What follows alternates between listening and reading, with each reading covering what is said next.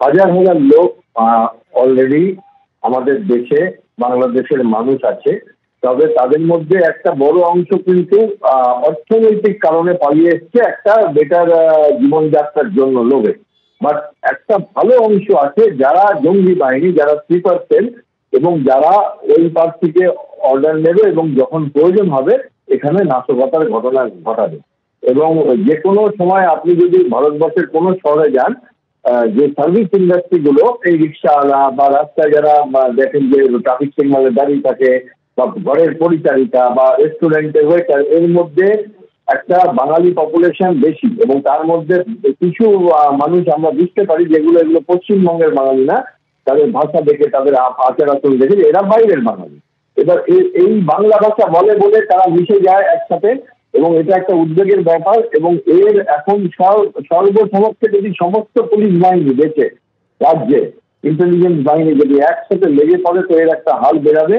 আর না হলে এর মূল্য এই ব্যাপারগুলোতে, যেটা আমরা একটুখানি চোখটা অন্যদিকে ফিরিয়ে রাখছি রাজনৈতিক কারণে, এর মূল্য আমাদেরই দিতে হবে, আমাদের সাধারণ মানুষদের দিতে হবে এবং রাজনৈতিক নেতাদেরও দিতে হবে। কেউ মুর্শিদাবাদ থেকে সন্ত্রাসের ছক কষছিল, কেউ ক্যানিং থেকে বাংলাদেশ হয়ে পাকিস্তানে যাবার পরিকল্পনা করেছিল, কেউ বাংলাদেশি জঙ্গি তো কেউ পাক মদতপুষ্ট জঙ্গি। কাউকে অসম পুলিশের তথ্যের ভিত্তিতে গ্রেপ্তার করা হয়েছে, তো কারোর ক্ষেত্রে রাজ্য পুলিশকে তথ্য পাঠিয়েছে কাশ্মীর পুলিশ। কেউ বানিয়ে ফেলছে জাল ভোটার কার্ড, আধার কার্ড, এমনকি ভুয়ো নথি দিয়ে তৈরি পাসপোর্টও চলে এসেছে হাতে। আর তাই বারবার বিরোধীরা একটাই প্রশ্ন তুলছে, পশ্চিমবঙ্গের পুলিশ প্রশাসন কি করছে? পশ্চিমবঙ্গে যে সরকারটা আছে এটা জঙ্গিদের সরকার। এর মুখ হচ্ছে সিদ্দিকুল্লাহ চৌধুরী, ফিরাদ হাকিমরা, জাভেদ খানরা, আর এর মুখোশ হচ্ছে মমতা ব্যানার্জি। শতছিদ্র বাংলার বর্ডার, দীর্ঘ এলাকাতে জমি দেয়নি, বেড়া দেওয়া যায়নি, তাই প্রত্যেকের মধ্যে আতঙ্কের পরিবেশ। এর আগে আমরা দুয়ারে সরকার শুনেছিলাম, এখন দেখলাম দুয়ারে জঙ্গি। পাসপোর্টের ইস্যুতে কখনো কোনোদিন দুর্নীতি হয়নি এ কথা আমি বলতে পারি না, হয়তো হয়েছে কখনো, কিন্তু এরকম ভাবে এই হারে জাল পাসপোর্ট, আধার কার্ড, ভোটার কার্ড কিভাবে পাচ্ছে তারা আমার জানা নাই, সরকারকে বলতে হবে।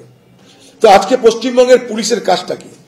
পশ্চিমবঙ্গের পুলিশের কাজ দিদি এবং তৃণমূল দলের মোসাহেবি করা, বাকি টিএমসি পার্টি যারা করে না, কংগ্রেস, সিপিএম, তাদের উপর হামলা করা। বাংলাদেশ থেকে পশ্চিমবঙ্গে ঢুকে কিভাবে সহজে সকলের মধ্যে মিলেমিশে সব সার্টিফিকেট তৈরি করা যায় তার জ্বলন্ত উদাহরণ বাংলাদেশের জঙ্গি গোষ্ঠী আনসারুল্লাহ বাংলা টিমের সদস্য মোহাম্মদ সাদ রাজি। 10 বছর ধরে মুর্শিদাবাদে ছিল সে। মুর্শিদাবাদে বসেই বানায় ভোটার কার্ড, আধার কার্ড, এমনকি ভারতের পাসপোর্টও। যারা আজ এই অভিযোগগুলো করছেন তারা ভুলে যাচ্ছেন যে সিপিএম জমানায় মার্কিন তথ্য কেন্দ্রে ভয়ঙ্কর জঙ্গি হামলা হয়ে গিয়েছিল, রক্তারক্তি কাণ্ড, পরের পর প্রাণহানি। এখনো অন্য রাজ্যে জঙ্গি গতিবিধি বা ইত্যাদি ঘটছে, ফলে বাংলার দিকে আঙুল তোলা, এরা মিথ্যা বলছেন, এরা ভুলিয়ে দিচ্ছেন। বাংলার সমস্যা হচ্ছে পশ্চিমবঙ্গ বাংলাদেশের লাগোয়া, বর্ডারটা অমিত শাহের বিএসএফ দেখে, তো বিএসএফ ফেল করছে, বাংলাদেশ সীমান্ত থেকে লোক ঢুকছে, সেটা কে ঠেকাতে যাবে? চমকে যাওয়ার মতো ঘটনা হলো বাংলাদেশি নাগরিক সাদ রাজির আধার কার্ডের ঠিকানা রয়েছে মুর্শিদাবাদের হরিহরপাড়া, অথচ ভোটার লিস্টে হরিহরপাড়ার পাশাপাশি নওদারও ঠিকানা দেওয়া রয়েছে, আবার পাসপোর্টে রয়েছে হরিহরপাড়ার ঠিকানা। মোহাম্মদ সাদ রাজির ভোটার কার্ডে নাম মোহাম্মদ সাব শেখ, অর্থাৎ খাতায় কলমে আপাদমস্তক ভারতীয় নাগরিক সেজে বসেছিল সে। আর বাবা আগে তো এখানেই থাকতো, তারপরে ও তো ওখানে বাসিন্দা। এই সাদের জন্ম তো বাংলাদেশেই। কার? ওই যে ছেলেটি সাদ সবই বাংলাদেশে। প্রশাসন সূত্রে খবর, 2023-এর আগস্টে সাদ রাজি ভোটার কার্ডের ঠিকানা নওদা থেকে হরিহরপাড়ায় বদল করে, কিন্তু আশ্চর্যের বিষয় হলো বর্তমানে নওদা ও হরিহরপাড়ায় দু জায়গার ভোটার লিস্টে নাম রয়েছে তার। এখানে ভোট লিস্টে কিভাবে আমরা জানি না, এখন তো ভোট এখানে কোনোদিনই দেয়নি, এখানে তো সবসময় থাকে না, তো আমরা কি করে বলবো? ও দাদুর বাড়িতে এসছে সেইভাবে থেকেছে, এবারে ওর যে ভিতরে এইভাবে করেছে আমরা সব বলতে পারবো না। এত সহজে কিভাবে জঙ্গিরা এখানে গাঁজা কাঁদিয়ে থাকতে পারছে? কার্যত হাতের মোয়ার মতো যাবতীয় সরকারি নথি কিভাবে হাতে পাচ্ছে তারা? উজ্জ্বল মুখোপাধ্যায়, বিটন চক্রবর্তী ও রাজীব চৌধুরীর রিপোর্ট, এবিপি আনন্দ।